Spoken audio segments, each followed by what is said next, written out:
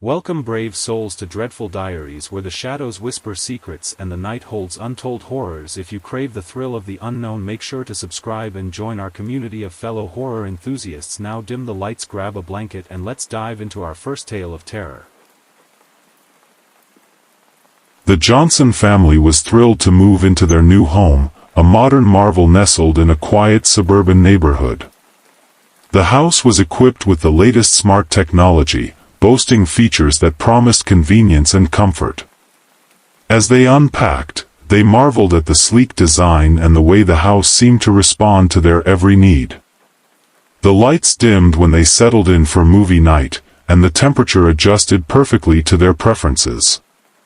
At first, it felt like a dream come true. However, as the days turned into weeks, the Johnsons began to notice something unsettling. The house seemed to know more than just their preferences; it appeared to anticipate their emotions. When Sarah, the youngest daughter, felt anxious about her new school, the lights flickered softly, casting a warm glow that calmed her nerves. When Mark, the father, returned home from a stressful day at work, the house dimmed the lights and played soothing music, as if it were trying to comfort him. But the comfort soon turned to unease. One evening, as the family gathered for dinner, the dining room table shifted slightly, aligning itself perfectly with the window view. "Did you move the table?" Mark asked, glancing at his wife, Lisa, who shook her head in confusion. They brushed it off as a quirk of the smart technology, but the feeling of being watched lingered. As the weeks passed, the house's behavior grew increasingly strange. The layout of the rooms seemed to change subtly, with furniture rearranging itself overnight. The family would wake up to find the living room transformed, the couch facing a different direction, or the artwork on the walls swapped. It was as if the house was trying to create an atmosphere that reflected their moods, but it felt invasive. One night, Sarah had a nightmare about being trapped in a dark room. She woke up screaming, and the house responded immediately. The lights flickered on, illuminating her room in a bright, sterile glow. But instead of comforting her, the brightness felt harsh and suffocating. As she lay in bed, she could have sworn she heard whispers echoing through the walls, murmuring her name. The following day, Lisa discovered a hidden panel in the hallway that led to a small, dark room. Inside, she found old photographs of the house's previous owners, their faces twisted in expressions of fear and despair. Each photo seemed to tell a story of a family that had once lived there, all of whom had left abruptly, their lives shattered. The realization hit her like a cold wave: the house had a history, and it was not a pleasant one. As the family's paranoia grew, they began to argue more frequently. The house seemed to feed off their discord, amplifying their emotions. The temperature would drop when they fought, and the lights would flicker ominously, as if the house thrived on their turmoil. Mark and Lisa found themselves at odds over trivial matters, their frustrations escalating into heated arguments that echoed through the halls. One stormy night, the power went out, plunging the house into darkness. Panic set in as the family fumbled for their phones, but the house had other plans. The lights flickered back on, but instead of the usual warm glow, they emitted a cold, blue light that cast eerie shadows on the walls. The whispers grew louder, filling the air with a cacophony of voices, each one more desperate than the last. In that moment, the family realized that the house was alive, a sentient being that thrived on their fears and emotions. It was not just a home, it was a predator, feeding off their anxiety and strife. They had unwittingly become part of its twisted game. Determined to escape, the Johnsons gathered their belongings and made their way to the front door. But as they reached for the handle, the house responded violently. The walls seemed to close in around them, and the air grew thick with an oppressive force. The door wouldn't budge, trapping them inside. In a final act of defiance, Lisa shouted, "We won't let you control us." The family joined hands, channeling their collective strength against the house. They confronted their fears, acknowledging the pain and struggles they had faced as a family. As they did, the house trembled, the whispers turning into anguished wails. With a final surge of energy, the family broke free from the house's grip. The door swung open, and they stumbled outside into the stormy night. Behind them, the house shuddered, its lights flickering wildly before plunging into darkness. The Johnsons never looked back. They found refuge in a nearby hotel, grateful to be free from the house that had tried to consume them. As they settled into their new temporary home, they realized that true comfort came not from technology, but from the love and support they shared as a family. In the days that followed, they learned to appreciate the simple. In the days that followed, they learned to appreciate the simple joys of life without the oppressive weight of the house that had once loomed over them. They spent time together, exploring the neighborhood, visiting parks, and sharing laughter over meals. The bond between them grew stronger as they faced the trauma of their experience together, and they began to heal. However, the memory of the house lingered in their minds. They often found themselves discussing what had happened, trying to make sense of the strange occurrences and the malevolent force that had tried to control them. They learned that the previous families had experienced similar phenomena, and it became clear that the house had a dark history that was not easily forgotten. One evening, while sitting around a table in their temporary home, Mark suggested they take action. "We need to warn others," he said. "We can't let anyone else fall victim to that place."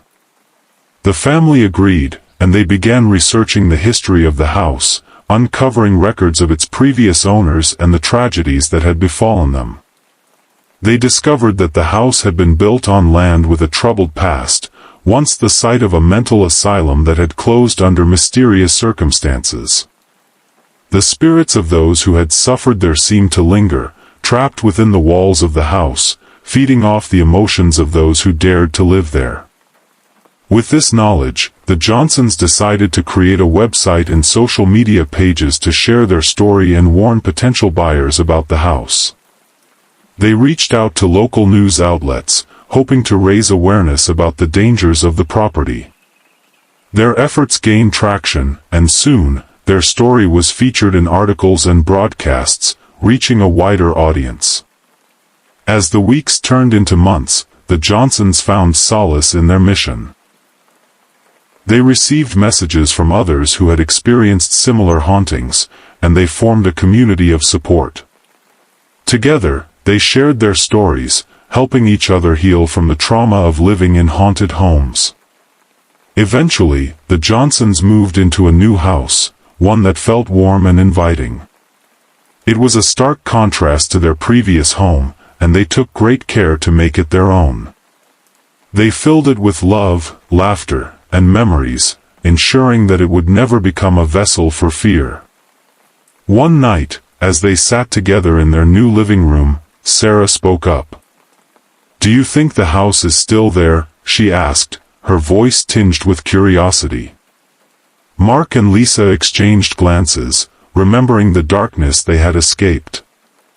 "I hope not," Lisa replied softly. "But if it is, at least we know how to fight back now." The family shared a knowing smile, united in their strength and resilience. They had faced the darkness and emerged stronger, ready to embrace whatever life had in store for them. The house that once sought to control them had only fueled their determination to live freely and authentically. As they settled into their new life, the Johnsons understood that true power lay not in the walls that surrounded them, but in the love and support they shared as a family. They had conquered their fears, and in doing so, they had reclaimed their lives from the shadows of the past. And so, they moved forward, leaving the haunted memories behind, ready to create a future filled with light and hope. The sound of silence. When Emma and Jake first laid eyes on the charming Victorian house, they were captivated. Nestled at the end of a quiet street, it boasted intricate woodwork, a wraparound porch, and a sprawling garden. It was everything they had dreamed of for their new life together. After a whirlwind of paperwork and excitement, they moved in, eager to start their next chapter. At first, everything seemed perfect. The house was immaculate, filled with natural light and a sense of warmth. However, as the days passed, they began to notice something unsettling. An unnatural silence enveloped the home. No creaks of the floorboards, no sounds of the wind rustling through the trees outside, just an eerie stillness that seemed to press down on them. "Maybe it's just well insulated," Jake suggested, trying to dismiss the growing unease. But Emma couldn't shake the feeling that something was off. The silence felt oppressive, as if the house itself was holding its breath. One evening, while unpacking boxes in the attic, Emma stumbled upon an old trunk. Inside, she found dusty journals and letters from the house's previous owners. As she read through them, a chilling pattern emerged. Each entry spoke of a profound silence that had descended upon the house, driving its inhabitants to madness. The last entry was particularly disturbing, detailing how the previous owner had attempted to break the silence, only to vanish without a trace. Emma shared her findings with Jake, who was skeptical but agreed to investigate further. They visited the local library, hoping to uncover more about the house's history. There, they discovered that the property had once belonged to a reclusive family known for their strange rituals. Rumors swirled about a curse placed on the house, one that silenced all who lived within its walls. Determined to break the curse, Emma and Jake began researching ways to lift it. They tried everything from burning sage to chanting incantations they found online, but nothing worked. The silence remained, growing heavier with each passing day. As they became more desperate, they started to experience strange occurrences. Shadows flickered at the edges of their vision, and whispers echoed in the stillness, just beyond their comprehension. One night, as they lay in bed, Emma awoke to a soft humming. It was a haunting melody that seemed to resonate from the walls themselves. She nudged Jake awake, but he only groaned and turned away. The humming grew louder, filling the room with an otherworldly presence. Emma felt a chill run down her spine as she realized the sound was not just a song, it was a call, beckoning her to listen. The next day, Emma decided to explore the basement, hoping to find answers. As she descended the creaky stairs, the air grew colder, and the humming intensified. In the dim light, she discovered a hidden door behind a stack of old crates. Heart pounding, she pushed it open, revealing a small, dark chamber. Inside, she found an altar adorned with strange symbols and offerings, dried flowers, bones, and a tarnished mirror. The humming was now a cacophony of voices, each one pleading for release. Emma realized that the silence was not just a curse, it was a prison for the souls of those who had tried to escape the house's grasp. Panicking, she rushed back upstairs to find Jake. "We have to leave. This place is cursed," she exclaimed, but Jake was not convinced. He had grown increasingly withdrawn, as if the silence was seeping into his very being. "We can't just run away," he said, his voice distant. "We need to figure this out." Desperate, Emma sought help from a local historian who specialized in the town's folklore. The historian listened intently as she recounted her experiences. "The curse is tied to the house's history," he explained. "To break it, you must confront the source of the silence. You need to perform a ritual at the altar in the basement during the next full moon." That night, Emma returned to the basement, armed with the knowledge she had gained. The air was thick with tension as she set up the altar, placing candles around it and reciting the incantations she had memorized. As she spoke the final words, the room trembled, and the humming erupted into a deafening roar. Suddenly, the shadows coalesced into figures, ghostly apparitions of the house's former inhabitants. They reached out to her, their faces twisted in anguish. Emma felt their pain, their longing for freedom. "Help us," they cried in unison, their voices echoing in the chamber. With a surge of determination, Emma focused on the mirror at the altar. She could see the trapped souls reflected within it, their eyes pleading for release. "I will help you," she shouted, channeling her energy into the mirror. The room erupted in a blinding light, and the voices. The room erupted in a blinding light, and the voices of the trapped souls crescendoed into a haunting symphony. Emma felt a powerful force pulling at her, as if the very essence of the house was trying to resist her efforts. But she stood firm, her heart racing as she focused on the mirror, willing the souls to be freed. "Let them go," she cried, her voice rising above the chaos. "You don't have to be trapped here anymore." As she spoke, the light intensified, illuminating the chamber with a warm glow. The shadows began to dissipate, and the figures of the former inhabitants started to take shape, their expressions shifting from despair to hope. Emma could see their faces clearly now, each one marked by the pain of their past, but also by a flicker of gratitude. With one final surge of energy, Emma reached out toward the mirror, her hand brushing against its cold surface. In that moment, she felt a connection to the souls, a shared understanding of their suffering. "You are free," she whispered, and as she did, the mirror shattered into 1,000 pieces, releasing a wave of energy that swept through the room. The cacophony of voices transformed into a gentle melody, a soothing lullaby that filled the air. The apparitions smiled, their forms becoming lighter and more ethereal as they began to fade away. "Thank you," they whispered in unison, their voices now a soft echo. "Thank you for setting us free." As the last of the spirits vanished, the oppressive silence that had haunted the house began to lift.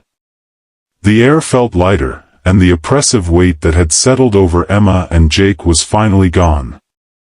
She stood in the basement, breathing heavily, the remnants of the shattered mirror glinting in the candlelight.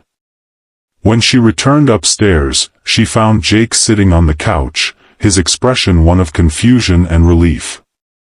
"Emma, what happened?" he asked, his voice filled with concern. She rushed to him, tears of joy streaming down her face. "I think I broke the curse. The house is free now."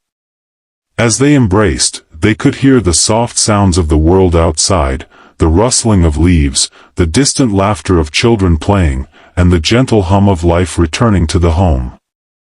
The silence that had once felt suffocating was replaced by a comforting ambience, a reminder that they were no longer alone.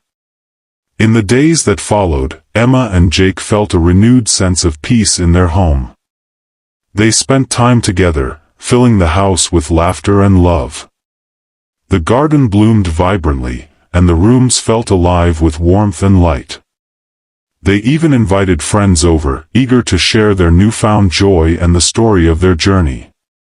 One evening, as they sat on the porch watching the sunset, Emma turned to Jake. "I can't believe we almost let the silence consume us," she said, reflecting on their experience. "It's a reminder of how important it is to confront our fears and not let them control us."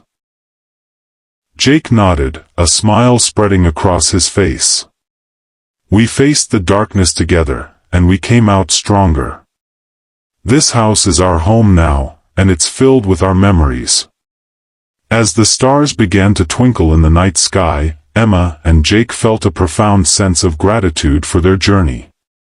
They had not only reclaimed their home but had also discovered the strength of their love and the importance of facing the unknown. The house that had once been a prison of silence had transformed into a sanctuary of hope and joy. And as they sat together, hand in hand, they knew that they had truly found their place in the world, a place where laughter echoed, love thrived, and the sound of silence was nothing more than a distant memory. The Thompson family was excited to move into their new home, a quaint old house on the outskirts of town. With its charming architecture and spacious yard, it seemed like the perfect place to start anew. As they unpacked boxes and settled in, they felt a sense of warmth and possibility. However, there was one area of the house that remained untouched, the basement. One rainy afternoon, curiosity got the better of them. Emma, the youngest daughter, suggested they explore the basement, and her parents, Sarah and Mark, agreed. Armed with flashlights, they descended the creaky wooden stairs, the air growing cooler as they reached the bottom. The basement was dimly lit, filled with dust and cobwebs. Old furniture was stacked haphazardly against the walls, and boxes overflowed with forgotten belongings. As they began to sift through the items, a sense of nostalgia washed over them, even though they had never seen any of it before. Emma opened a box and pulled out a delicate porcelain doll, its face cracked but still hauntingly beautiful. As she held it, a wave of emotion surged through her. Suddenly, she was transported to a different time, a little girl in a sunlit room, playing with the doll, laughter echoing in the air. But the laughter quickly faded, replaced by the sound of muffled cries. Emma gasped and dropped the doll, her heart racing. "Are you okay?" Mark asked, concern etched on his face. Emma nodded, shaken but intrigued. "I think I saw something, or someone." Sarah picked up an old photograph from a nearby box. It depicted a family standing in front of the house, their faces filled with joy. But as she stared at the picture, the smiles began to fade, replaced by expressions of sorrow. She felt a chill run down her spine as she realized that the family had once lived in the very house they now called home. "Look at this," she said, showing the photo to Mark and Emma. "They seem so happy, but something must have happened to them." As they continued to explore, they uncovered more items, a dusty typewriter, a collection of letters tied with a faded ribbon, and a worn-out teddy bear. Each object triggered vivid memories, revealing snippets of the lives that had once filled the house. They saw glimpses of joy, love, and laughter, but also glimpses of pain, loss, and despair. The letters told the story of a young couple, Sarah and Thomas, who had lived in the house decades ago. They had dreams of starting a family, but tragedy struck when their child fell ill. The letters grew increasingly desperate, filled with pleas for help and expressions of grief. The last letter was unfinished, abruptly ending mid-sentence, leaving a haunting sense of unresolved sorrow. As the family delved deeper into the basement, they began to feel a presence surrounding them. The air grew heavy, and shadows danced at the edges of their vision. Emma felt a pull toward a corner of the basement, where an old trunk sat, locked and covered in dust. She approached it, her heart pounding, and reached for the latch. "Wait!" Mark called out, sensing the unease in the air. "Maybe we shouldn't open that." But Emma was already determined. With a firm tug, she opened the trunk, revealing a collection of old clothes, toys, and a journal. As she flipped through the pages, she felt a rush of emotions, fear, sadness, and longing. The journal belonged to the little girl from the photograph, detailing her life in the house and the tragic events that had unfolded. Suddenly, the basement grew colder, and a whisper echoed through the air. "Help us!" The voice was faint but filled with desperation. The Thompsons exchanged worried glances, realizing that the spirits of the past were still lingering, trapped in the memories of their former lives. "We need to help them," Sarah said, her voice steady despite the fear coursing through her. "They're still here, and they need closure."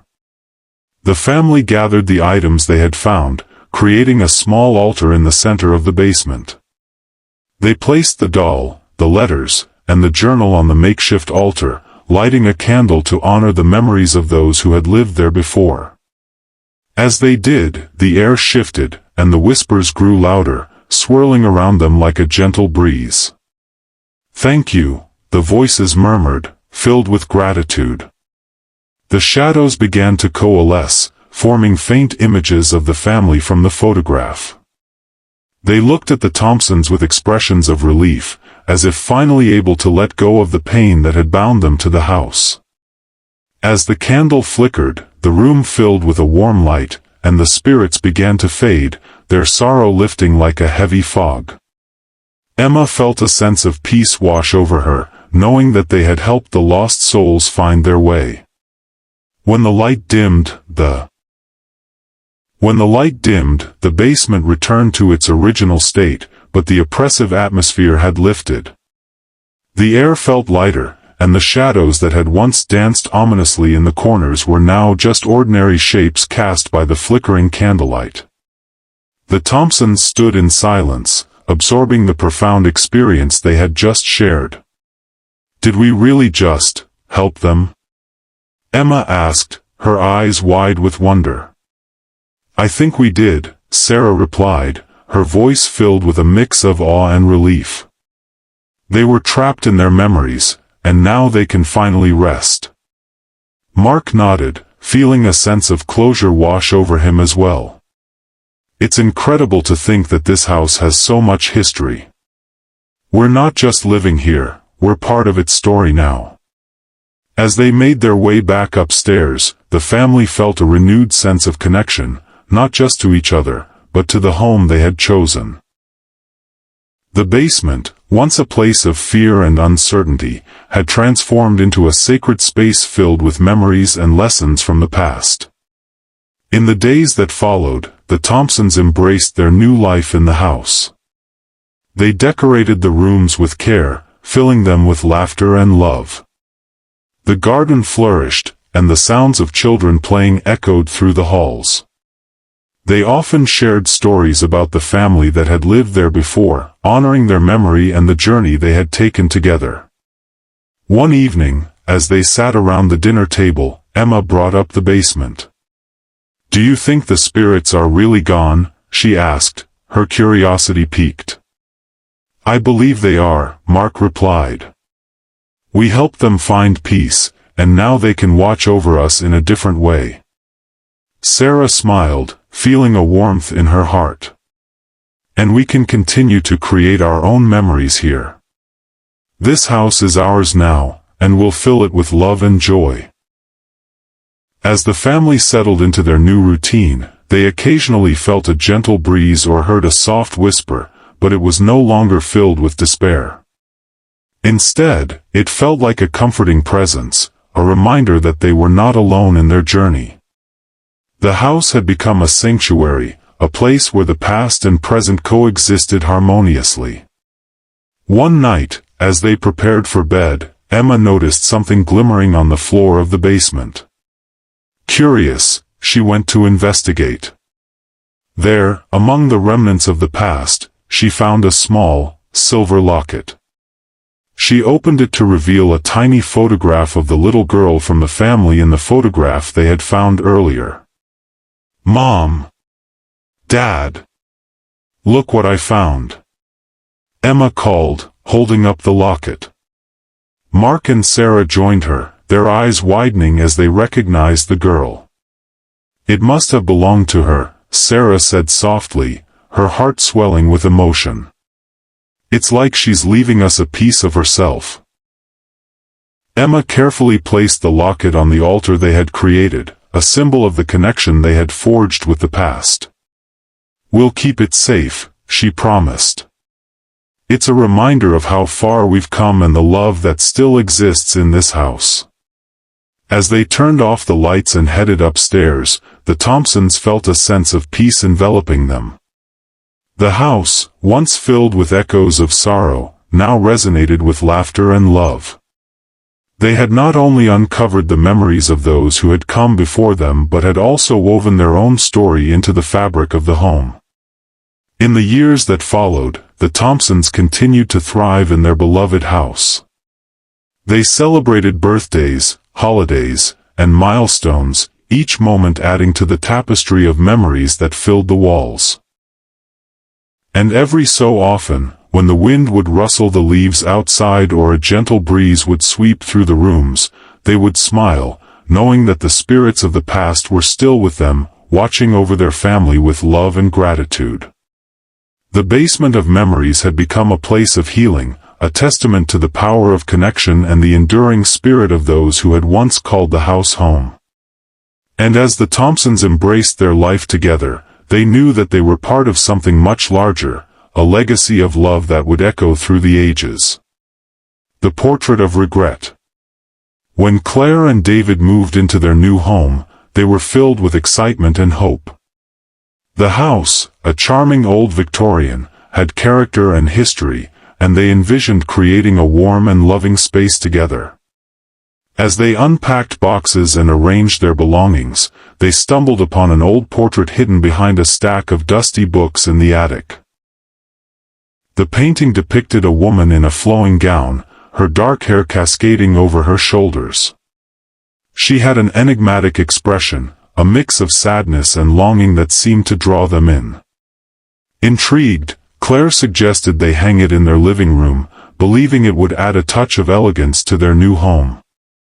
As they carefully placed the portrait on the wall, they felt a strange energy emanating from it. The woman's eyes seemed to follow them, and Claire shivered slightly. "It's just a painting," David reassured her, but he too felt an unsettling presence. That evening, as they settled in for dinner, Claire noticed the woman's expression shift. When they laughed, the woman's lips curled into a faint smile, but when they argued about a trivial matter, her face darkened, reflecting their tension. "That's odd," Claire remarked, her brow furrowing. "It's like she can sense our emotions." David shrugged it off, but as the days passed, the portrait's behavior became increasingly pronounced. During moments of joy, the woman appeared serene, but during arguments or moments of doubt, her expression morphed into one of deep sorrow. It was as if the painting was a mirror, reflecting their innermost fears and regrets. One night, after a particularly heated argument about their future, Claire stood in front of the portrait, feeling a wave of guilt wash over her. "I didn't mean to say those things," she whispered, her eyes welling with tears. To her shock, the woman's expression softened, her eyes glistening with understanding. Claire felt a strange connection, as if the woman was urging her to confront her own regrets. The next day, Claire decided to explore the history of the painting. She visited the local library and discovered that the portrait was of a woman named Eliza Hawthorne, who had lived in the house over a century ago. Eliza was known for her beauty and grace, but her life had been marred by tragedy. She had lost her fiancé in a tragic accident and had never married, spending her days in solitude, haunted by her unfulfilled dreams. As Claire read about Eliza's life, she felt a deep sense of empathy. Eliza's regrets mirrored her own, fears of failure, the weight of unfulfilled aspirations, and the haunting question of what could have been. That night, Claire shared her findings with David, who listened intently. "Maybe the portrait is trying to teach us something," he suggested. "We need to confront our own regrets before they consume us." Determined to face their fears, Claire and David began to open up to each other about their pasts. They shared their dreams, their disappointments, and the choices that had led them to this moment. As they spoke, the portrait seemed to respond, the woman's expression shifting from sorrow to a gentle smile, as if she were encouraging them to embrace their vulnerabilities. However, as they delved deeper into their emotions, the atmosphere in the house began to change. The air grew heavy, and shadows danced in the corners of their vision. They started experiencing strange occurrences, objects moving on their own, whispers echoing through the halls, and the feeling of being watched. One night, Claire awoke to find the portrait glowing faintly in the darkness. The woman's expression was now one of anguish, her eyes pleading for help. Claire felt a surge of fear and confusion. "What do you want from us?" she cried out, her voice trembling. In that moment, the room filled with a chilling wind, and the whispers grew louder, swirling around them like a tempest. David awoke, startled, and together they faced the portrait. "We're trying to understand," he shouted, desperation creeping into his voice. Suddenly, the whispers coalesced into a single voice, echoing through the room. "Regret binds us. Release it, and you will be free." The words resonated deep within Claire and David, and they realized that they had to confront not only their own regrets but also the pain that had trapped Eliza's spirit. Determined to help Eliza find peace, they decided to hold a small ceremony in front of the portrait. They gathered candles, flowers, and personal items that represented their own regrets, things they had held onto for too long. As they lit the candles, they spoke aloud their fears and regrets, releasing them into the air. "I regret not pursuing my passion for art," Claire admitted, tears streaming down her face. "I've let fear hold me back. I regret not being more open about my feelings, David." "I regret not being more open about my feelings," David confessed, his voice thick with emotion. "I've let pride and insecurity keep me from truly connecting with you." As they spoke, the atmosphere in the room shifted. The air felt charged with energy, and the flickering candlelight cast dancing shadows on the walls. The portrait of Eliza began to glow softly, her expression transforming from anguish to one of serene acceptance. It was as if she was finally understanding that they were acknowledging their own pain and the weight of their regrets. With each confession, Claire and David felt a sense of release, as if the burdens they had carried for so long were being lifted. They placed the items they had gathered at the base of the portrait, creating a small altar of memories and hopes for the future. "Thank you for guiding us," Claire whispered, her heart swelling with gratitude. "We hope you can find peace now." As they finished their ceremony, the room was filled with a warm light, and the whispers that had once echoed ominously transformed into a gentle melody. The shadows receded, and the oppressive weight that had hung over them lifted, replaced by a sense of calm and clarity. Suddenly, the portrait shimmered, and Eliza's image began to change. The sadness in her eyes faded, replaced by a look of profound relief and gratitude. Claire and David watched in awe as the woman in the painting smiled warmly, her expression now one of joy and liberation. In that moment, they felt a connection to Eliza that transcended time. It was as if she was thanking them for helping her confront her own regrets, allowing her spirit to finally be free. The portrait glowed brighter, and then, with a soft shimmer, the image of Eliza faded away, leaving behind an empty frame. The couple stood in silence, their hearts racing with the realization of what had just transpired. The house felt different now, lighter, more vibrant.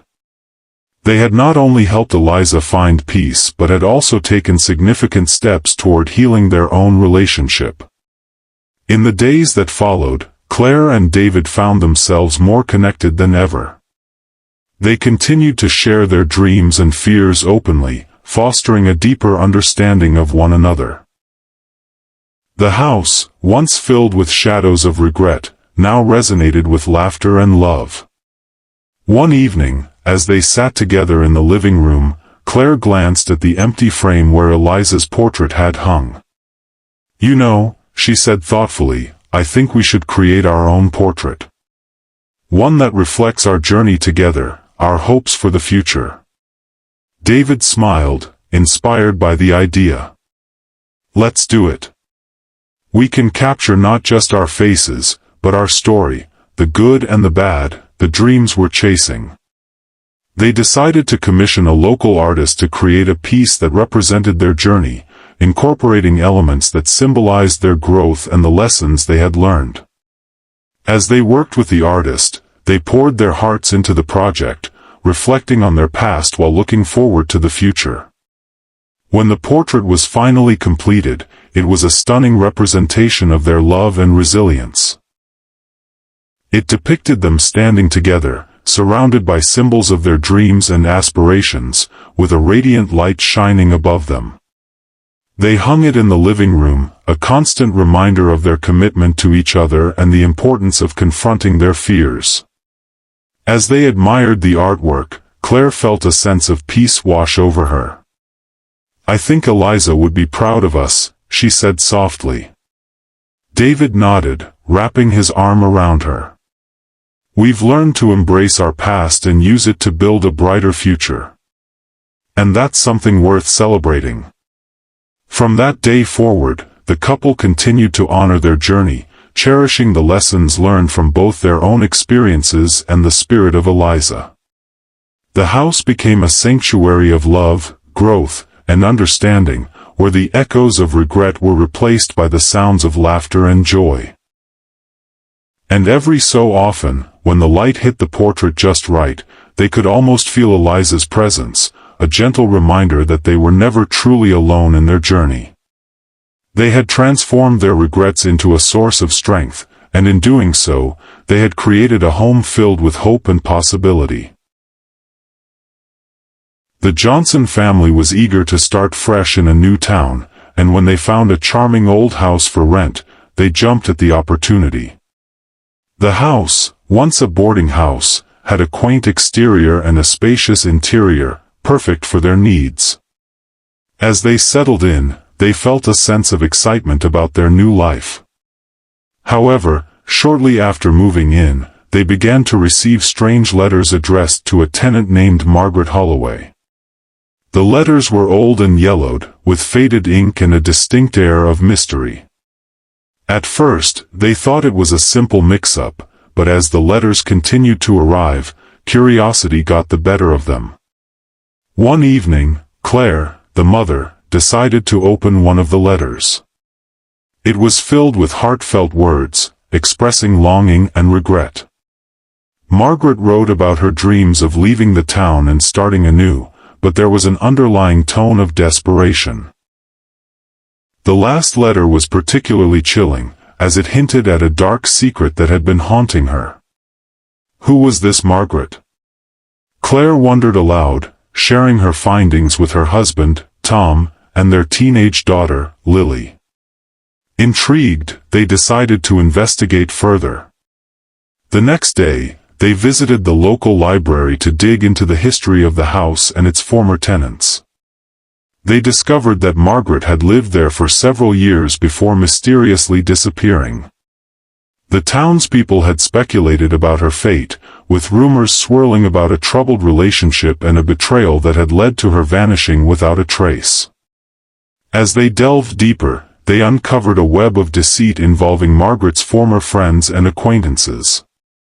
It seemed that she had been involved in a love triangle, and the letters hinted at a betrayal that had left her feeling isolated and vulnerable. The more they read, the more they felt a connection to Margaret's plight.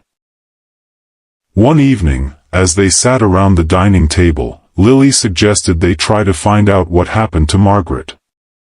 "Maybe we can help her find closure," she said, her eyes sparkling with determination. Claire and Tom exchanged glances, realizing that their daughter was right. They needed to uncover the truth.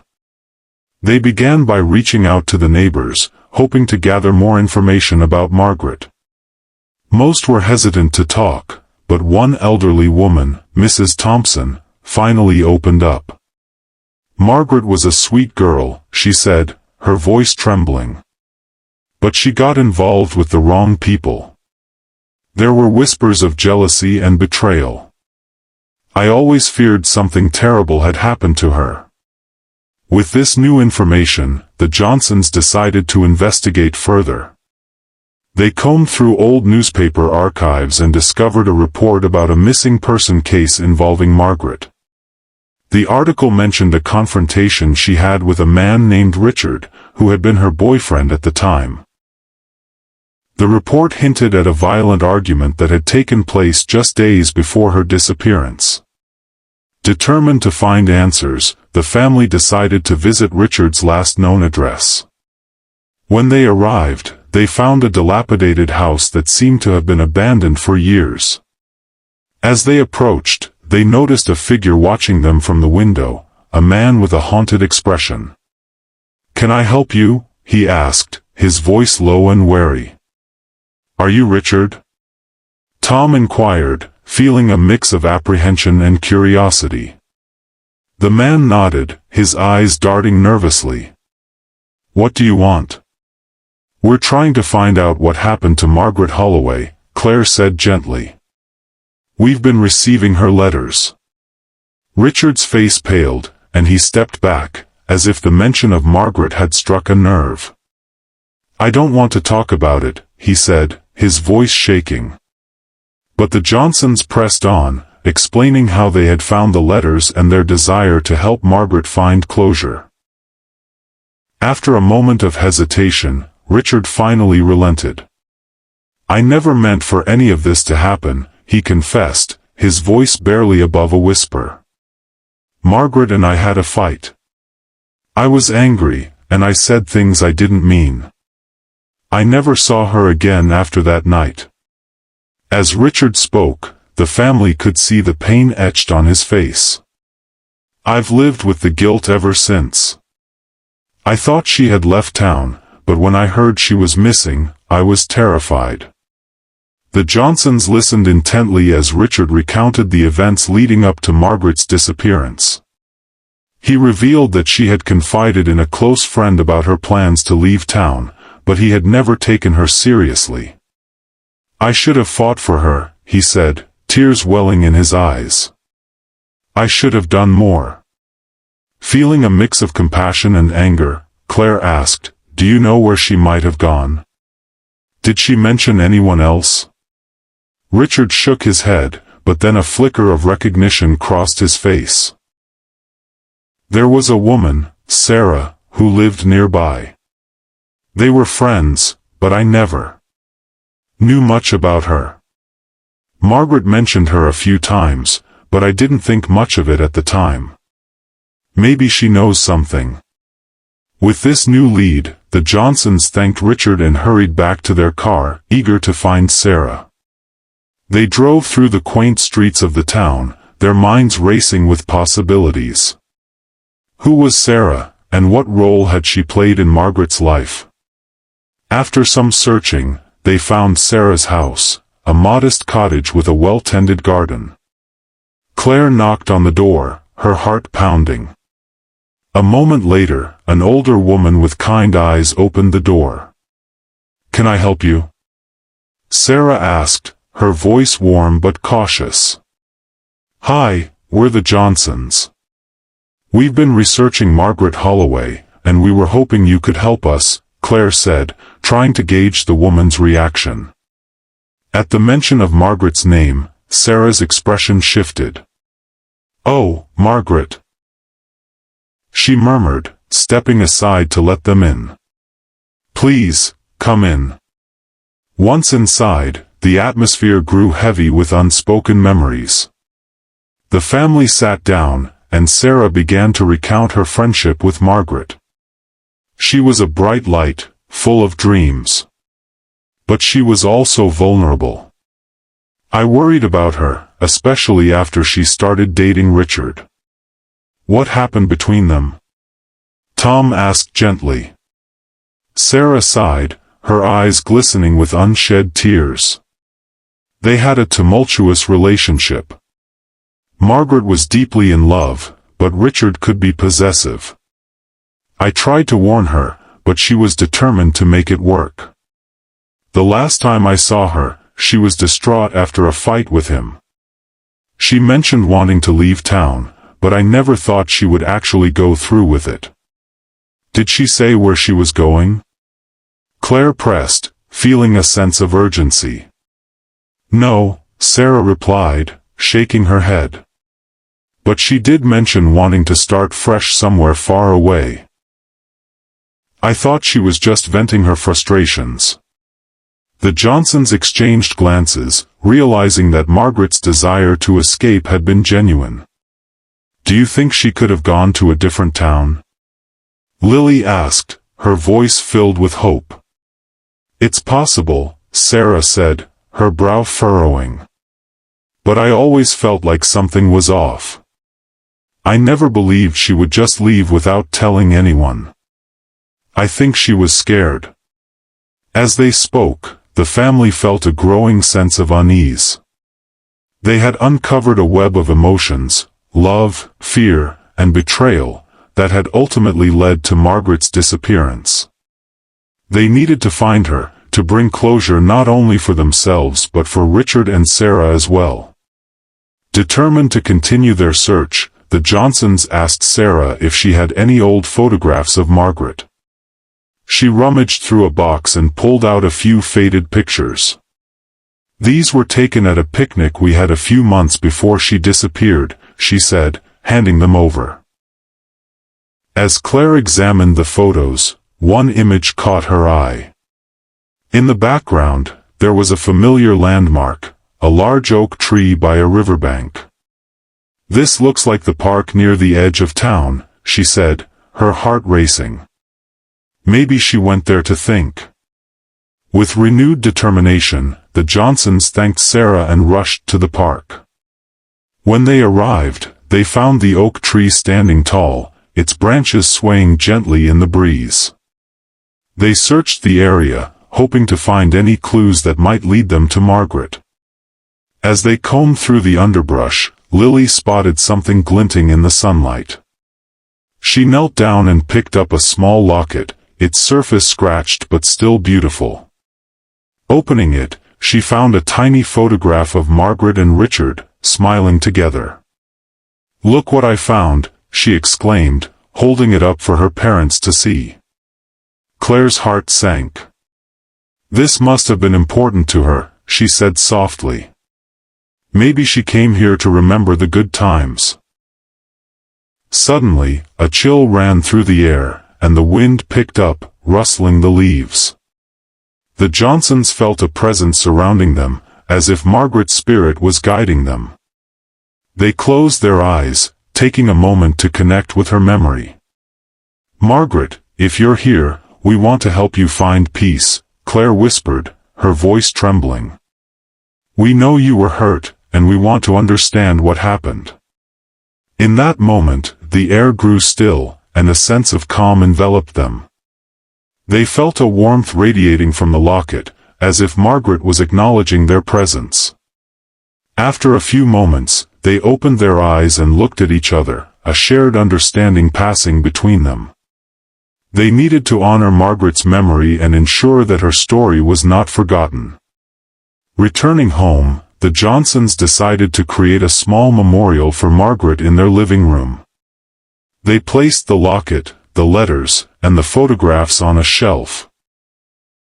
As the sun dipped below the horizon, casting a warm glow over the quaint college town, Mia stepped out of her car, her heart racing with excitement and nerves. She had just moved into a shared house with 3 other students, eager to embrace the independence of college life. The house, an old Victorian structure with creaky floorboards and a charming facade, had an air of mystery that intrigued her. Mia was greeted by her roommates, Jake, a laid-back art major, Sarah, a studious biology student, and Tom, a tech-savvy computer science enthusiast. They welcomed her with open arms, and as they settled in, Mia felt a sense of belonging. However, there was something peculiar about the house that she couldn't quite put her finger on. A few days into her new life, Mia began to notice strange occurrences. Objects would move slightly from where she had left them, and she often felt a chill in the air, even when the windows were closed. One night, as she was studying in her room, she heard soft whispers echoing through the hall. Curiosity piqued, she followed the sound, only to find her roommates engrossed in conversation, oblivious to the whispers. That night, as she lay in bed, she felt a presence beside her. It was a comforting warmth, yet it sent shivers down her spine. "Who are you?" she whispered into the darkness. The air thickened, and she felt a gentle caress on her cheek, as if someone was trying to communicate. Determined to uncover the truth, Mia began researching the history of the house. She discovered that it had once belonged to a family that had mysteriously vanished decades ago. Rumors swirled about the house being haunted, but Mia was skeptical. She decided to confront her roommates about the strange happenings. Jake shrugged it off, claiming it was just the quirks of an old house. Sarah, however, seemed more intrigued. "Maybe it's a spirit," she suggested, her eyes sparkling with excitement. Tom, ever the skeptic, dismissed the idea, but Mia couldn't shake the feeling that something was watching her. As the week passed, Mia found herself increasingly drawn to the spirit. She began to experience vivid dreams of the family that once lived in the house, particularly a young girl named Eliza. In her dreams, Eliza would show Mia glimpses of her life, filled with laughter and joy, but also tinged with sadness. Mia felt a connection to Eliza, as if the spirit was trying to communicate something important. Mia's life began to change in unexpected ways. She excelled in her classes, her creativity flourished, and she formed deeper bonds with her roommates. However, the spirit's influence also brought unsettling moments. Mia would find herself in places she didn't remember going, and she often felt an overwhelming sense of dread when she was alone in the house. One stormy night, as thunder rumbled outside, Mia was jolted awake by a loud crash. She rushed into the living room to find her roommates gathered around a broken picture frame. Inside was a faded photograph of the family that had lived in the house, their faces twisted in fear. "Look at the girl," Sarah said, pointing to Eliza. "She looks just like you, Mia." Mia's heart raced as she stared at the photograph. The resemblance was uncanny. Suddenly, the whispers returned, louder and more insistent. "Help me," they pleaded. Determined to uncover the truth, Mia delved deeper into the house's history, discovering that Eliza had been trapped in the house, bound by a dark curse that had led to her family's demise. The spirit had been trying to reach out to her for help, to break the curse and free her from the house's grasp. With her roommate's support, Mia devised a plan to confront the spirit and break the curse. They gathered in the living room, candles flickering around them, and Mia called out to Eliza. "I want to help you. Show me what to do." The room grew cold, and the whispers intensified. Mia felt a surge of energy as Eliza's spirit manifested before her, a shimmering figure filled with sorrow. "You must find the locket," Eliza whispered, her voice echoing through the room. "It holds the key to my freedom." Mia and her roommates searched the house, finally discovering the locket hidden in a loose floorboard in the attic. As Mia held it in her hands, she felt a warmth radiating from it. The whispers grew louder, urging her to release Eliza. With the locket in hand, Mia gathered her roommates once more in the living room. The atmosphere was thick with anticipation and fear. "This is it," she said, her voice steady despite the tremor in her hands. "We need to help Eliza find peace." As they formed a circle, Mia held the locket tightly, feeling its warmth pulse against her palm. "Eliza, we're here for you. We want to help you move on," she called out, her voice echoing in the stillness of the room. The air grew heavy, and the temperature dropped sharply. Shadows danced along the walls, and the whispers transformed into a cacophony of voices, pleading and desperate. Mia closed her eyes, focusing on Eliza's spirit. "Show us what we need to do." Suddenly, the room erupted in a whirlwind of energy. The candles flickered violently, and the walls seemed to pulse with life. Mia felt a presence envelop her, guiding her thoughts. "You must forgive," the voice of Eliza echoed in her mind. "Forgive the past to free the future." Mia opened her eyes, and in that moment, she understood. The locket was not just a key, it was a symbol of the love and memories that had been trapped within the house. "Eliza, we forgive you and your family for what happened. You didn't deserve this fate," she declared, her voice strong and unwavering. As the words left her lips, the locket began to glow, illuminating the room with a soft, golden light.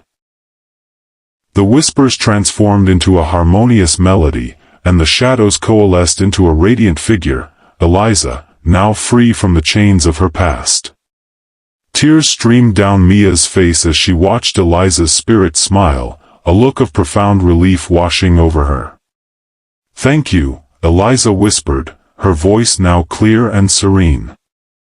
"You have set me free."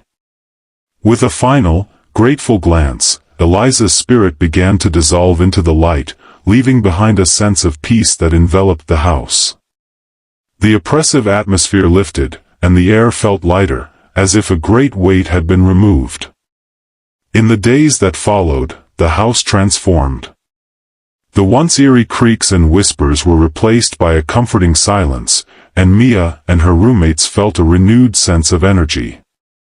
They spent evenings laughing and sharing stories, the bond between them growing stronger.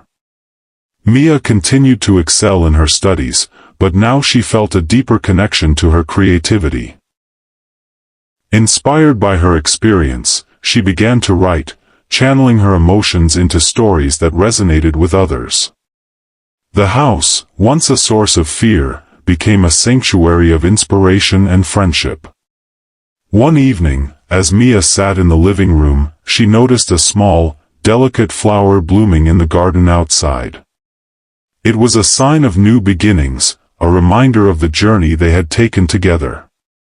She smiled, knowing that Eliza's spirit would always be a part of her life, guiding her in ways she could not yet understand. Months later, as the seasons changed, Mia and her roommates decided to host a gathering for their friends. They shared stories of their time in the house, the laughter and the challenges, and the mysterious spirit that had once haunted their lives. As the night wore on, Mia felt a gentle breeze sweep through the room, carrying with it a familiar warmth.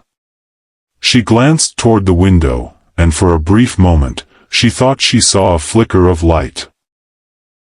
A reminder that Eliza was still with them, watching over them as they embraced their new lives. The house, once filled with darkness, had become a place of hope and healing.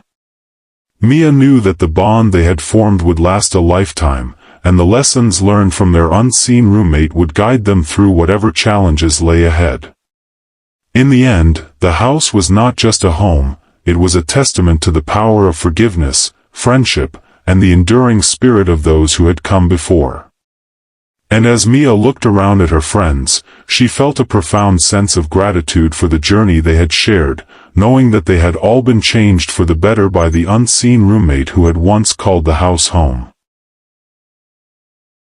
As the sun dipped below the horizon, casting a warm golden glow over the old Victorian house, Sarah and Mark stood in the living room, surrounded by dust and the scent of aged wood. They had just purchased the house, a charming yet dilapidated structure that had seen better days. The couple was excited about the renovation, envisioning a cozy home filled with laughter and love. Little did they know, the walls held secrets waiting to be uncovered. While tearing down a section of the wall to create an open concept space, Mark's hammer struck something solid. Curiosity piqued, he carefully pried away the wooden planks, revealing a small, rusted metal box. "Sarah, come here," he called, his voice echoing in the empty room. Sarah rushed over, her eyes widening as Mark lifted the box from its hiding place. It was heavy and adorned with intricate designs, but the lock was broken. With a gentle tug, Mark opened the lid, revealing a collection of letters, photographs, and small trinkets. The couple exchanged excited glances, their hearts racing at the thought of the stories contained within. The first letter was dated 1945, written by a woman named Eleanor.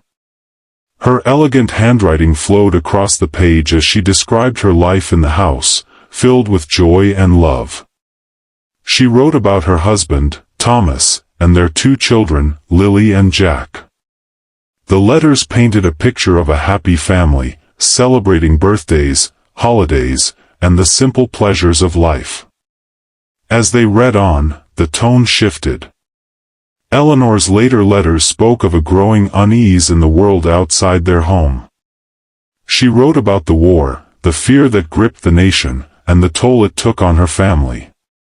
The once vibrant letters became tinged with sadness, detailing the loss of friends and neighbors, and the struggles of raising children in such uncertain times. Mark and Sarah exchanged somber looks, feeling the weight of Eleanor's words. They continued to sift through the contents of the box, discovering photographs of the family, their smiles frozen in time. There were small toys, a locket, and a faded map of the town, marked with places that held significance for the family. One letter, in particular, caught Sarah's attention. It was addressed to a friend, detailing a tragic event that had occurred in the house. Eleanor wrote about a fire that had broken out in the attic, claiming the life of her beloved husband, Thomas. The letter was filled with grief and despair, revealing how the family had been forced to leave the home they loved, unable to bear the memories that haunted its walls. As they read, Sarah felt a chill run down her spine. The fire had occurred decades ago, yet the pain felt fresh, as if it had happened just yesterday.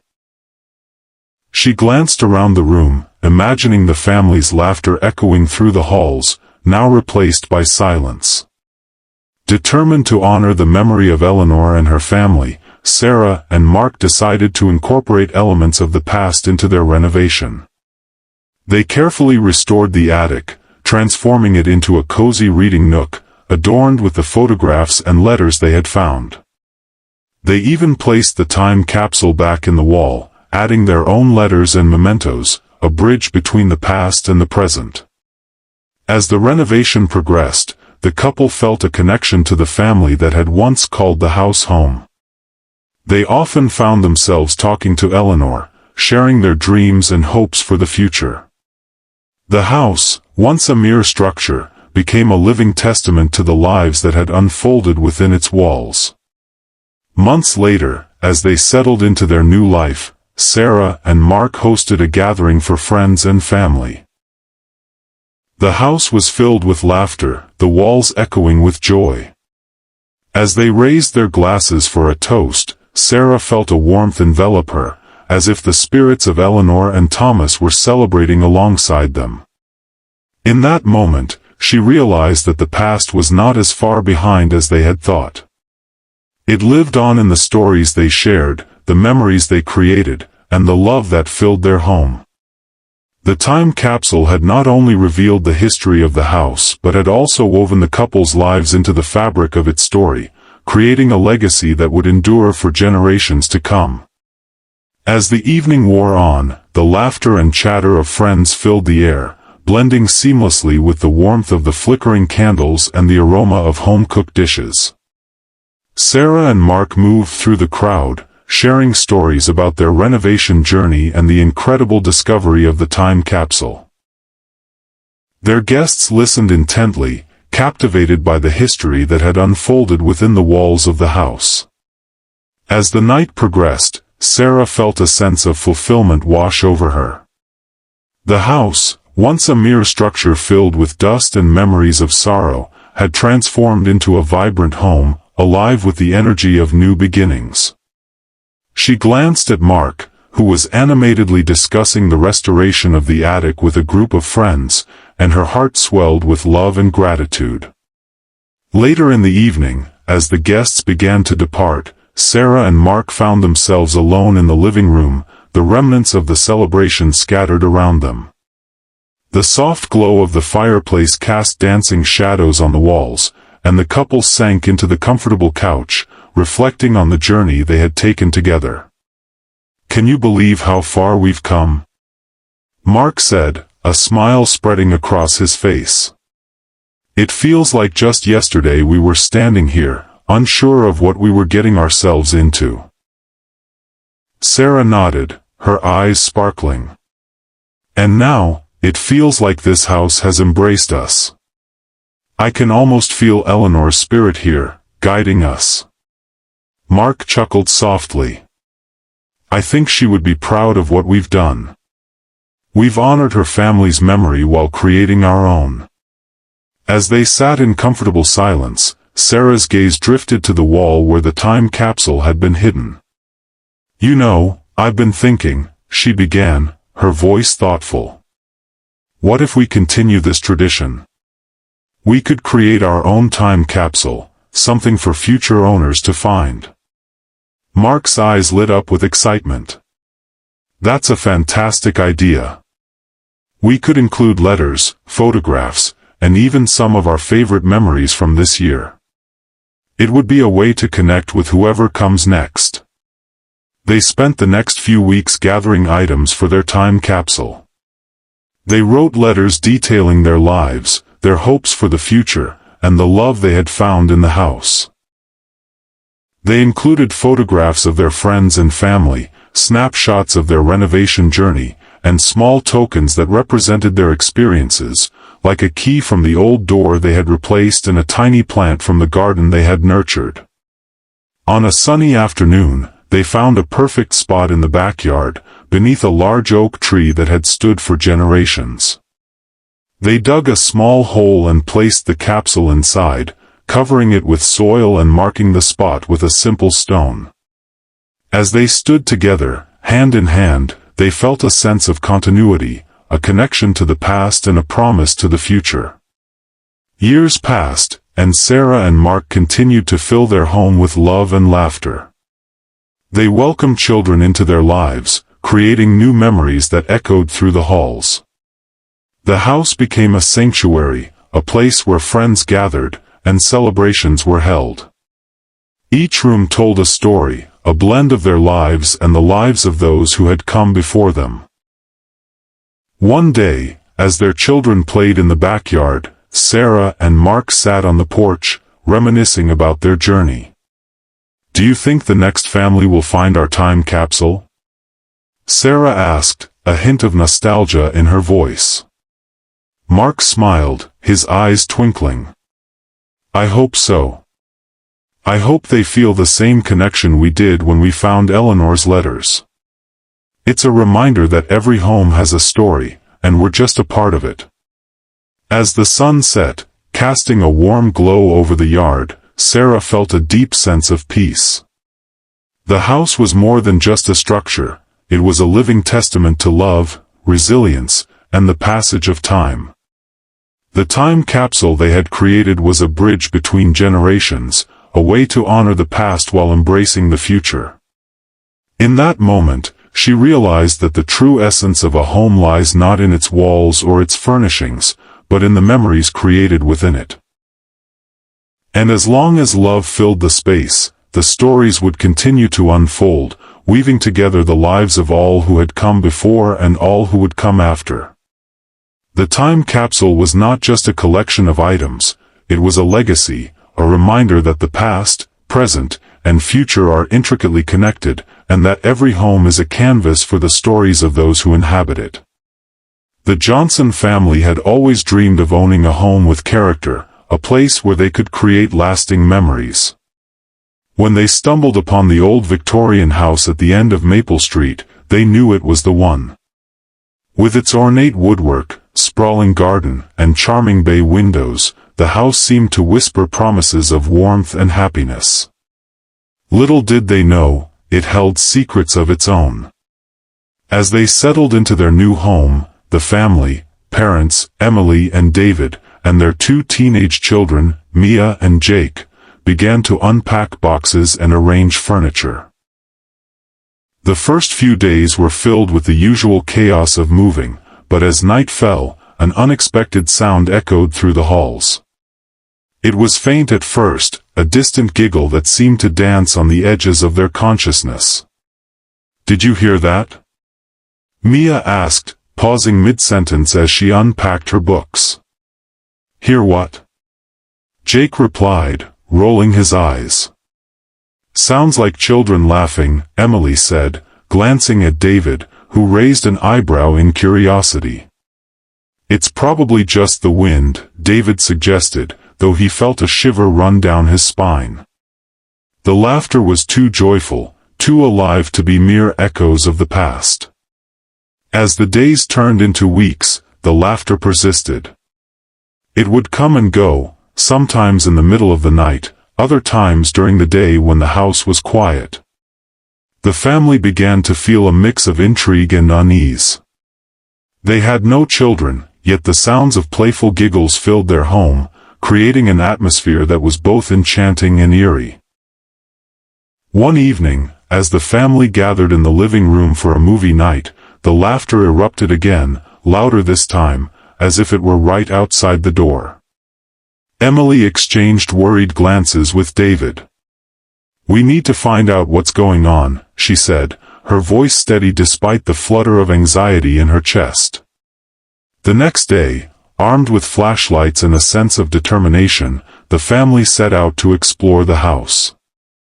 They searched every room, every closet, and every nook and cranny, but found nothing unusual.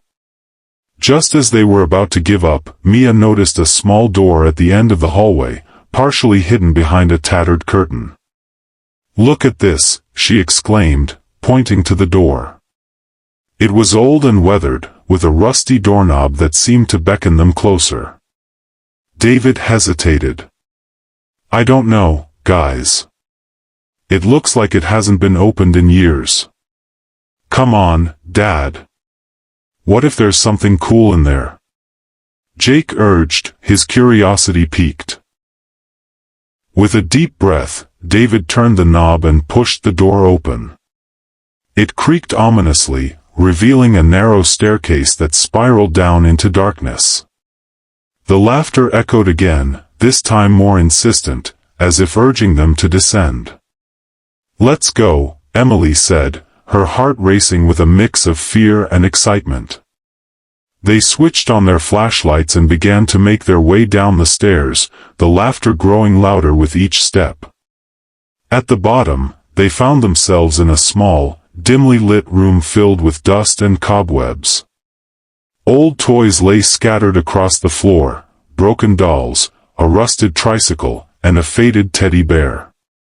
The air was thick with the scent of mildew, but the laughter was unmistakable, swirling around them like a gentle breeze. Suddenly, a soft glow illuminated the room, and the family gasped as they saw the faint outlines of children playing. They were ethereal figures, their laughter ringing like chimes in the air. The children looked joyful, their faces bright with innocence, yet there was a hint of sadness in their eyes. "Who are you?" Mia whispered, her voice trembling. One of the children, a girl with curly hair and a bright smile, stepped forward. "We used to live here," she said, her voice echoing softly. "We're trying to warn you." "Warn us? About what?" David asked, his heart pounding. The girl pointed to a corner of the room where the floorboards creaked ominously. "There's something hidden beneath the floor. It's dangerous. You need to get it out before it hurts someone." The family exchanged worried glances, the gravity of the situation sinking in. "What is it?" Emily asked, her voice barely above a whisper. The girl's expression turned serious. It's a box. It holds something that shouldn't be here. We didn't know it was there when we played. It's been here for a long time. Determined to protect their family, David knelt down and began to pry up the floorboards. The laughter of the children surrounded them, a mix of encouragement and urgency. As the last board came loose, a small, dusty box was revealed, its surface covered in grime and cobwebs. David carefully lifted the box, feeling its weight in his hands. The laughter of the children grew louder, almost jubilant, as if they knew something important was about to happen. "Open it," Jake urged, his eyes wide with anticipation. With a deep breath, David unclasped the rusty latch and lifted the lid. Inside, they found a collection of old, tattered letters, a few faded photographs, and a small, intricately carved wooden figure of a child. But what caught their attention was a small, glass vial filled with a dark, swirling liquid. "What is this?" Emily asked, her voice trembling as she leaned closer. The girl's spirit stepped forward, her expression grave. "That's what we were trying to warn you about. It's a curse. It was hidden here to keep it from hurting anyone, but it's been leaking into the house. It makes people sad and angry. It's why we had to leave." The family exchanged horrified glances. "What do we do with it?" David asked, feeling the weight of responsibility settle heavily on his shoulders.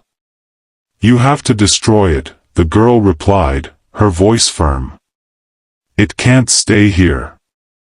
If it does, it will hurt you and your family, just like it hurt us." Mia, who had been silent until now, stepped forward. "But how do we destroy it?" The girl pointed to the window, where the moonlight streamed in, illuminating the room. "Take it outside, under the full moon. Bury it deep in the earth, and say goodbye. It will be free, and we can finally rest." With a newfound sense of purpose, the Johnson family nodded in agreement. They carefully placed the vial back in the box, along with the letters and photographs, and made their way back up the stairs, the laughter of the children guiding them. Once outside, they stood beneath the bright full moon, the night air cool against their skin. David dug a small hole in the garden, the earth soft and yielding. As he placed the box inside, the children's laughter echoed around them, a chorus of hope and relief. "Goodbye," he said, his voice steady. "We release you from this place. May you find peace." As they covered the box with soil, the laughter faded into a gentle whisper, and the air around them felt lighter, as if a weight had been lifted. The family stood in silence for a moment, feeling a sense of closure wash over them. "Do you think they're gone?" Mia asked, looking up at her parents. Emily smiled, her heart swelling with gratitude. "I think they are.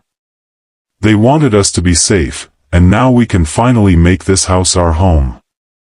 In the days that followed, the atmosphere in the house shifted. The echoes of laughter were replaced by a warm, comforting silence, and the family felt a renewed sense of peace. They decorated the rooms with their own memories, filling the space with love and joy. As they settled into their new life, the Johnsons often thought of the children who had once played in their home. They honored their memory by creating a small garden in the backyard, planting flowers that bloomed brightly in the spring. Each blossom was a reminder of the laughter that had once filled the air, a testament to the bond they had formed with the spirits of the past.